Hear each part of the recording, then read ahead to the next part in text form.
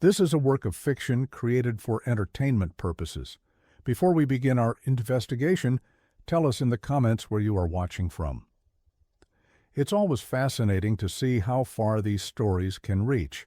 In my years investigating obscure cases from rural America, few have disturbed me quite like what happened to the Miller family in Whitley County, Kentucky, during the winter of 1986. What started as a routine inquiry into property records became something that challenged everything I thought I understood about grief, isolation, and the lengths people will go to protect what they've lost. The case first came to my attention through a manila folder tucked between tax documents in the basement of the Whitley County Courthouse. Someone had paperclipped a handwritten note to an official death certificate. Check the Hendricks testimony. Something's not right about the timeline. That note, written in faded blue ink, would lead me down a path I'm still walking today. Let me take you back to November 1986. Ronald Miller, a 34-year-old coal equipment mechanic, lived with his wife Patricia in a modest two-story house on Route 92, about 12 miles southeast of Williamsburg. The house sat on a small rise overlooking the Cumberland River, isolated enough that the nearest neighbor was Mrs. Dorothy Hendricks, a widow who lived a quarter-mile down the gravel road.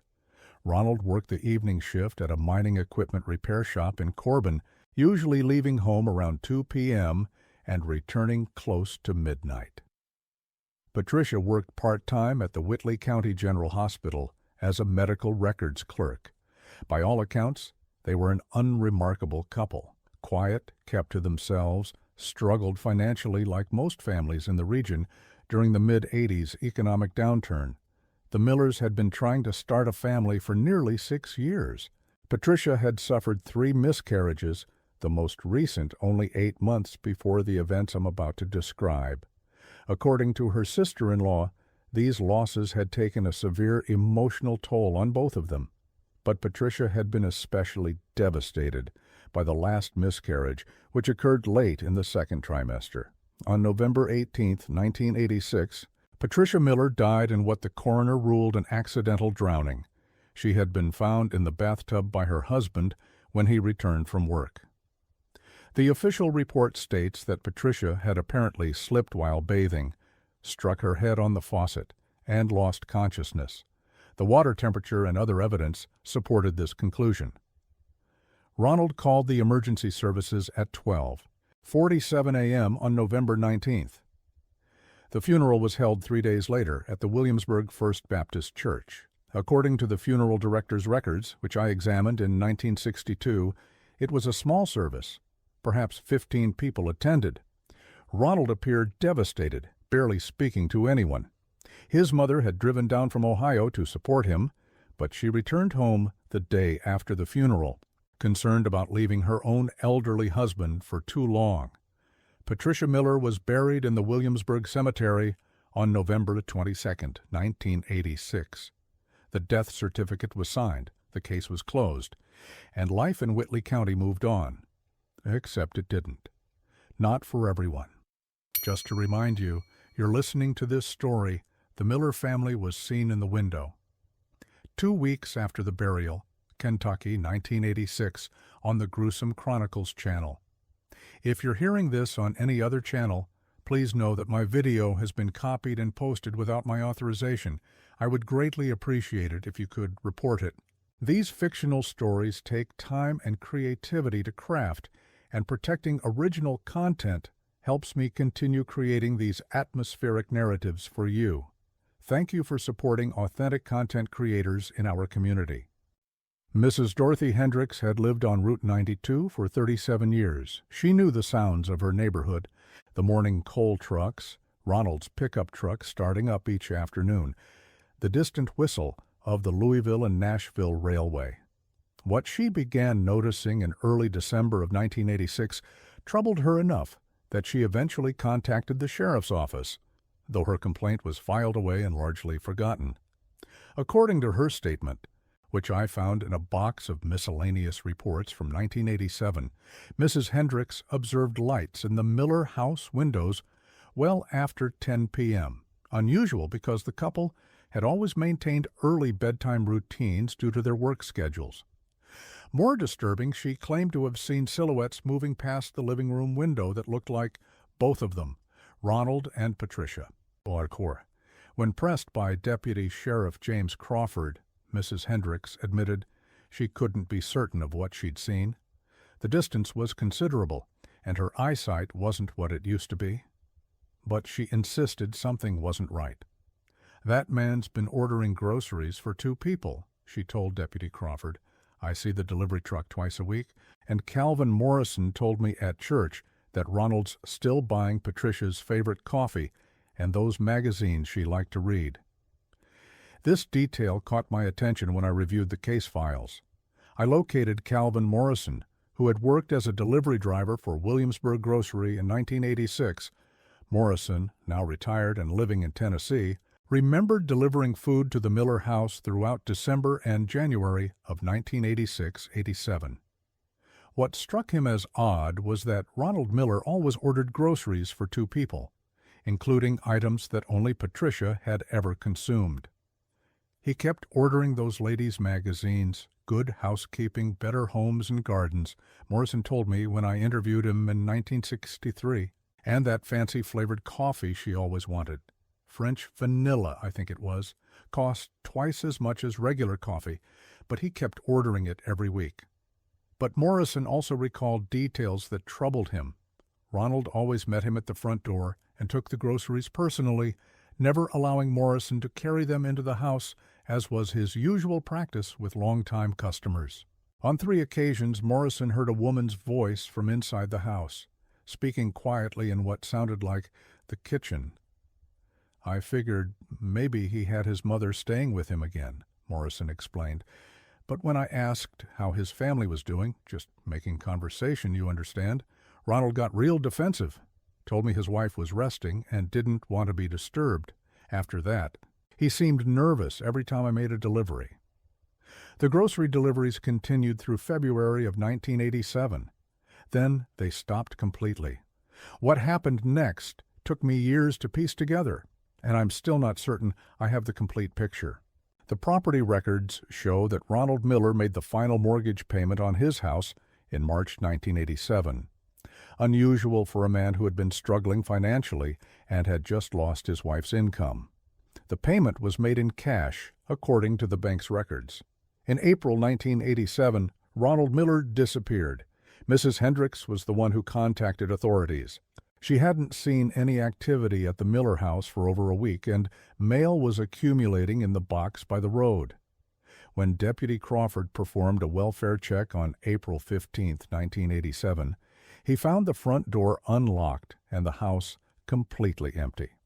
Not just empty, stripped.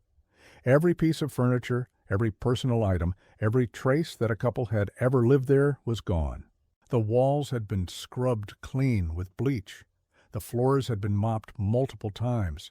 You could smell the cleaning chemicals from the front porch. Even the electrical outlet covers had been removed and the screw holes filled and painted over. It was as if someone had systematically erased any evidence that the Miller family had ever existed, but there was something else. Deputy Crawford noted in his report that someone had removed the bathtub from the upstairs bathroom, not just disconnected it, but completely removed it, leaving only rough plumbing stubs and a concrete patch where the fixtures had been. The bathroom walls showed fresh drywall and paint, but the work was clearly amateur, uneven, and hurried. The case was treated as a missing person investigation, but with no signs of struggle and no indication of foul play, it received minimal attention.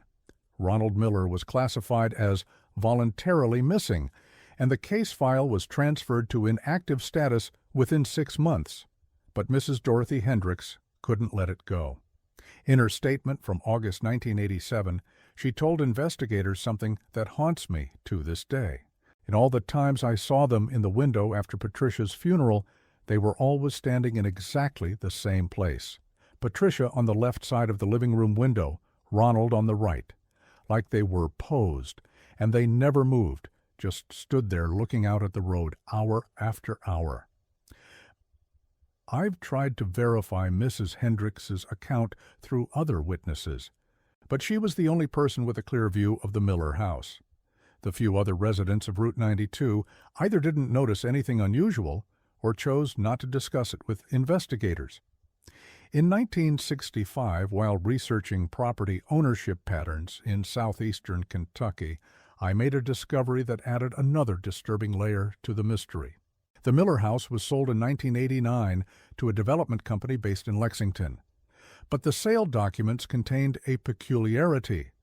They required the new owners to completely renovate the interior before occupying the property, specifically citing potential health hazards requiring professional remediation.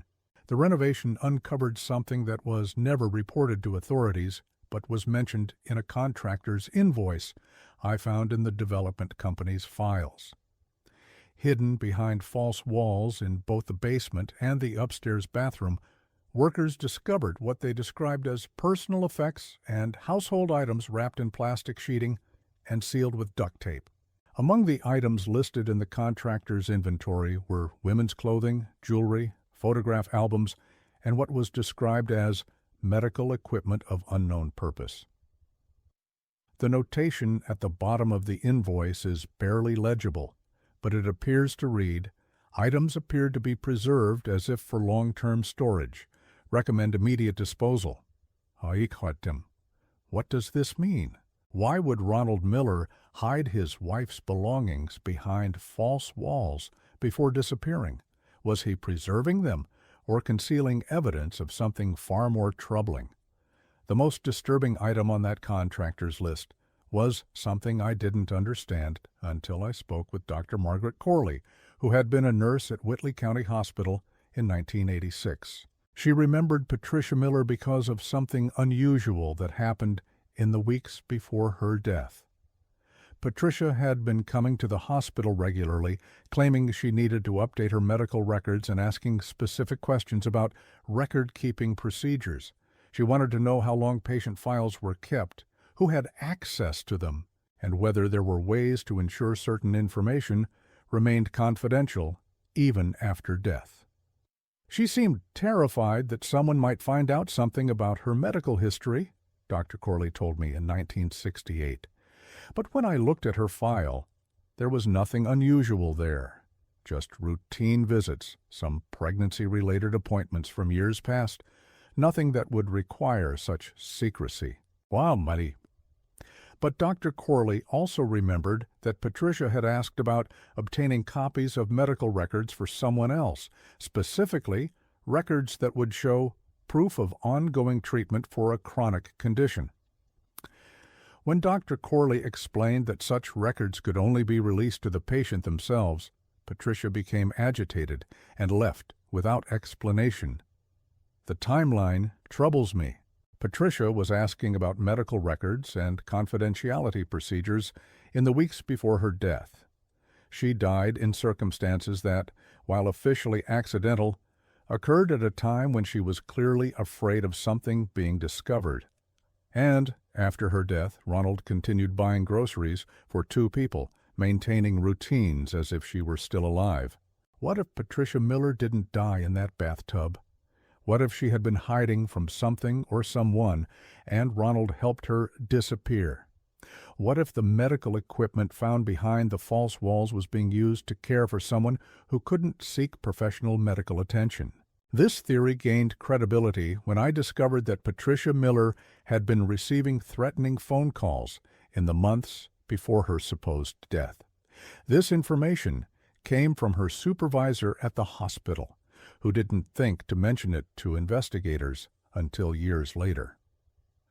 According to this woman, Patricia had confided that someone had been calling their house, asking questions about her work schedule and whether she had access to patient records.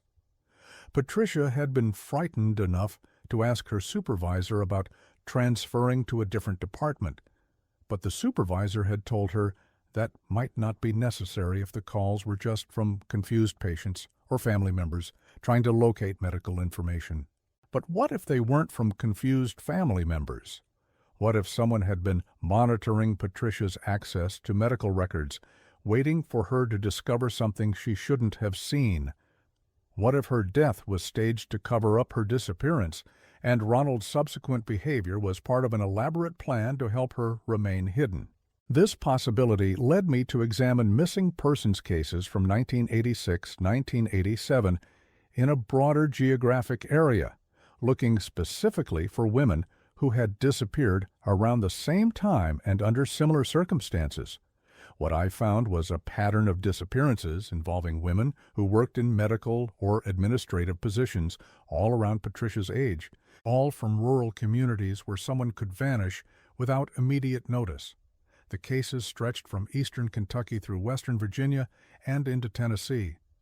In each case, the woman disappeared shortly after expressing concerns about workplace irregularities or asking questions about confidential procedures.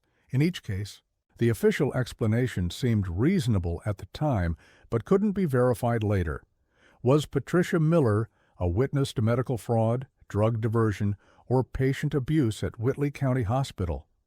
Did she discover something that put her life in danger, forcing her to fake her own death and live in hiding? The medical equipment found behind the false walls might support this theory. If Patricia was hiding somewhere, possibly in her own house, she would need medical supplies to treat any ongoing health conditions without seeking professional care. Ronald's grocery orders for 2 people, his defensive behavior with delivery drivers, and the voices Calvin Morrison heard from inside the house all fit this pattern. But if Patricia was hiding in her own house, where was she when the police searched the property in April 1987? Had Ronald moved her to a safer location before disappearing himself? Or had something happened that forced them both to abandon their carefully constructed deception? I found one final piece of evidence that I've never been able to fully explain.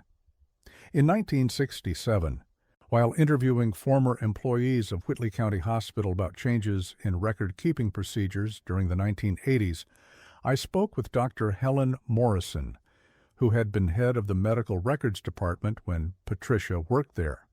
Dr. Morrison remembered Patricia Miller as a diligent employee who had discovered several instances of missing or altered patient files in the months before her death. Patricia had brought these discrepancies to Dr. Morrison's attention, suggesting they might indicate systematic tampering with medical records. She was convinced that someone was deliberately altering files to cover up medical errors or insurance fraud, Dr. Morrison told me. She had compiled a list of suspicious cases and was preparing a formal report when she died. After the funeral, I looked for her documentation, but it had disappeared from her desk. Dr. Morrison also recalled that Patricia had expressed concern about her own safety after discovering the altered records.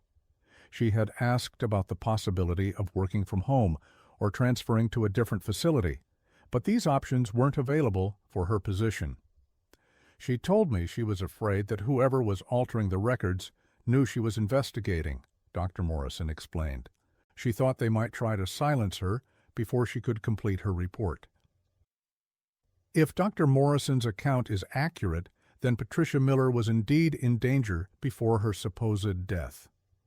Her investigation into medical record tampering had put her at risk from people who had already demonstrated their willingness to commit fraud and potentially more serious crimes. The threatening phone calls, her questions about confidentiality procedures, and her fear of discovery all fit the pattern of someone who had stumbled onto criminal activity and was trying to protect herself while gathering evidence.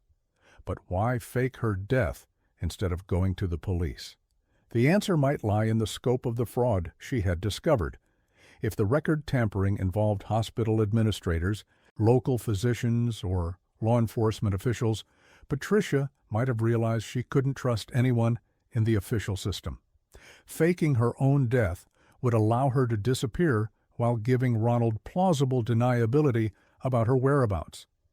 The elaborate deception that followed, maintaining the house as if she were still alive, continuing their normal routines, gradually preparing for their eventual departure, suggests a carefully planned escape rather than a spontaneous decision. The systematic cleaning of the house before Ronald's disappearance supports this interpretation. He wasn't just erasing evidence of a crime. He was erasing evidence of their life together, so they could start fresh somewhere else under new identities. But where did they go? And more importantly, are they still alive? I've reached out to law enforcement agencies across the southeastern United States, hoping to find records of a couple matching the Miller's description who might have surfaced somewhere else under different names. The trail remains cold. Either they've managed to maintain complete anonymity for over 30 years, or something prevented them from reaching their intended destination. The house on Route 92 still stands, though it's been renovated beyond recognition.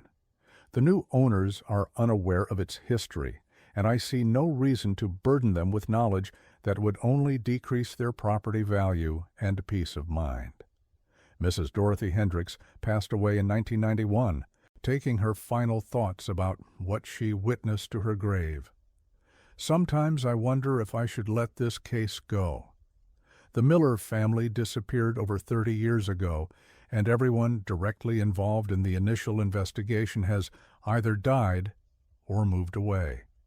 The chance of finding definitive answers decreases with each passing year. But then I remember something Dr. Morrison told me during our conversation in 1967. She said that Patricia Miller had been working on her investigation during her own time, staying late at the hospital to review files and coming in on weekends to cross-reference records. She was obsessed with finding the truth, Dr. Morrison recalled. Whatever she had discovered, it was serious enough to risk her career and her safety. That kind of dedication doesn't come from simple curiosity. It comes from knowing that people have been hurt and that you might be the only one who can stop it from happening again. If Dr. Morrison was right, then Patricia Miller's disappearance represents something far more significant than one woman's attempt to escape danger.